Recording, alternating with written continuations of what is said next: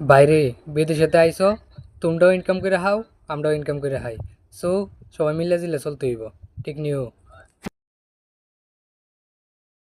আমারটাও আমি হাই না, আমারটাও তুমি হাও না।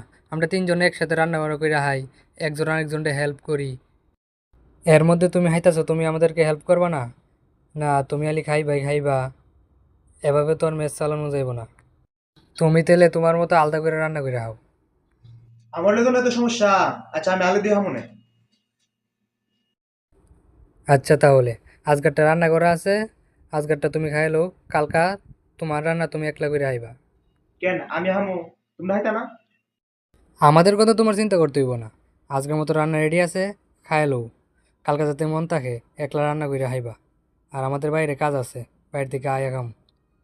এ আ চল।